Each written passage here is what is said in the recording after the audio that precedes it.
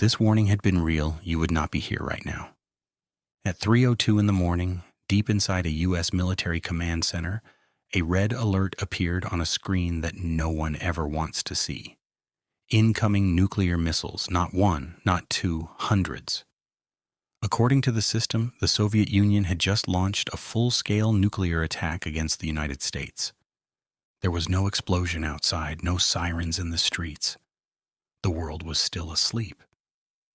But inside that room, history was seconds away from changing forever. The satellites had detected heat signatures rising from Soviet territory. The computers calculated trajectories automatically. Impact estimates began to form. Major cities were projected as targets.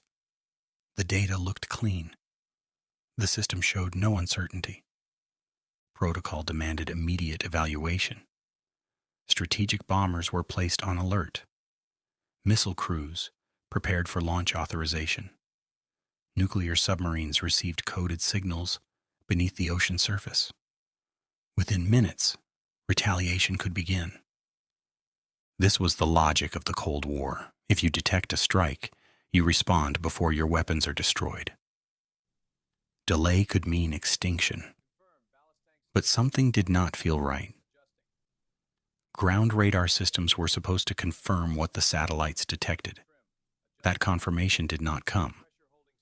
Radar screens showed empty skies. No inbound objects, no descending warheads.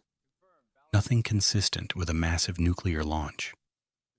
Inside the command center, officers faced a decision that could not be reversed. Trust the satellite data and prepare to retaliate, or question the system and risk being wrong. If the alert was real and they hesitated, millions could die without warning. If the alert was false and they launched in response, they would start a war that could end civilization. The early warning system had been built for speed. During the height of Cold War tension, leaders believed the greatest danger was surprise. Detection systems were designed to react instantly. Computers were programmed to treat launch signatures as real until proven otherwise. Speed was survival. But speed also reduced room for doubt.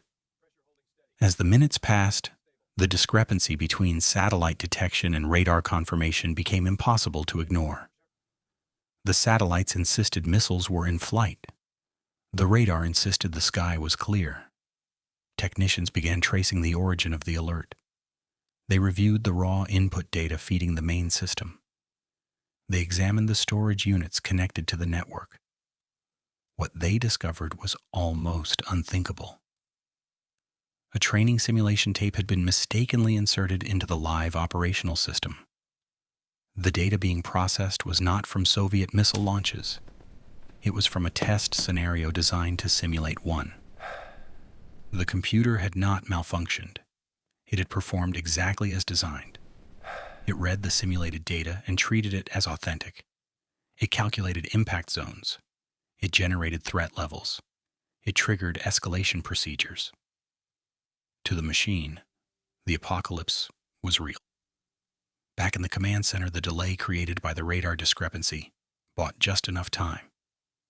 The alert was reassessed. The chain of escalation slowed. Confirmation came through technical review. False alarm. No missiles had been launched. No cities were about to disappear. No retaliation would occur. For the rest of the world, nothing had happened. People slept through the night unaware that global nuclear war had briefly entered the decision-making phase. There was no public announcement. No press conference explaining how close the system had come to catastrophe. The incident remained classified for years. But internally, the implications were deeply unsettling. The structures built to prevent surprise attack were capable of manufacturing one. A simple procedural error, a misplaced training tape, had nearly triggered irreversible escalation between two nuclear superpowers. And this was not an isolated weakness. Throughout the Cold War, both the United States and the Soviet Union experienced false alarms. In some cases, radar systems misinterpreted natural atmospheric phenomena as missile launches. In others, satellites confused reflections of sunlight with rocket exhaust. Human operators had to decide in minutes whether to trust the machines. Each time, the margin for error was almost non-existent. The public narrative of the Cold War often focuses on strategy, diplomacy, and deterrence. It presents a world managed by careful calculation and rational actors, balancing power against power. But beneath that surface was something far more fragile. Technology was advancing faster than human oversight. Early warning systems were increasingly automated. The philosophy was simple: reduce reaction time to increase survivability. The faster a nation could respond, the less vulnerable it would be to a first strike. Yet the faster the system became, the less time there was to question it. On that night at 3:02 a.m., civilization survived because of hesitation, because radar did not immediately confirm satellite data, because someone chose to verify instead of react. If the officers had trusted the computer output without question, retaliation procedures could have moved forward before the error was discovered. Once launched, intercontinental ballistic missiles cannot be recalled. There is no undo command, no second thought. The Cold War doctrine of mutually assured destruction depended on the assumption that both sides would act rationally. But rationality under extreme time pressure is fragile. When decisions must be made in minutes, even seconds, systems begin to dominate judgment. The most dangerous moment is not always open conflict. Sometimes it is silent data flowing through machines. Today, early warning systems are more sophisticated. They rely on advanced sensors, global networks, artificial intelligence, and automated threat assessment. Reaction times are shorter. Data processing is faster. Integration between systems is deeper. The core dilemma remains unchanged. When a warning appears on a screen, how long do you wait before believing it? How much doubt is acceptable when the stakes are total annihilation? On that night, uncertainty was not weakness, it was protection. A disagreement between systems prevented immediate escalation. Imperfection in technology created space for human judgment. History did not record that morning as a crisis. There were no speeches, no memorials, no anniversaries. Yet it stands as one of the most dangerous, invisible moments of the nuclear age.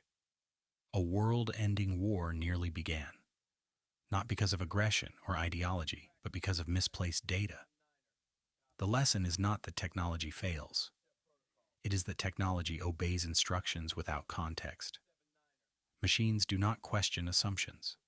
They execute logic. Humans hesitate. And sometimes hesitation is the only barrier between survival and destruction. If the alert had been trusted without verification, retaliation might have been launched before dawn. Within 30 minutes, multiple continents could have been burning. Infrastructure would collapse. Governments would disappear. The modern world would end in less time than a feature film. Instead, the sky remained empty. The world continued unaware. And the men who lived through those minutes understood something the rest of humanity did not. Nuclear war does not always begin with rage or speeches. Sometimes it begins with a signal on a screen and the decision of whether to believe it. The next time a warning appears somewhere in the world, the systems will be faster. The pressure will be greater. The margin for doubt may be smaller. The question will remain the same. Do we trust the machine immediately, or do we pause long enough to verify? At 3:02 a.m., hesitation saved millions of lives, and almost no one knows it ever happened. This is beyond DEFCON.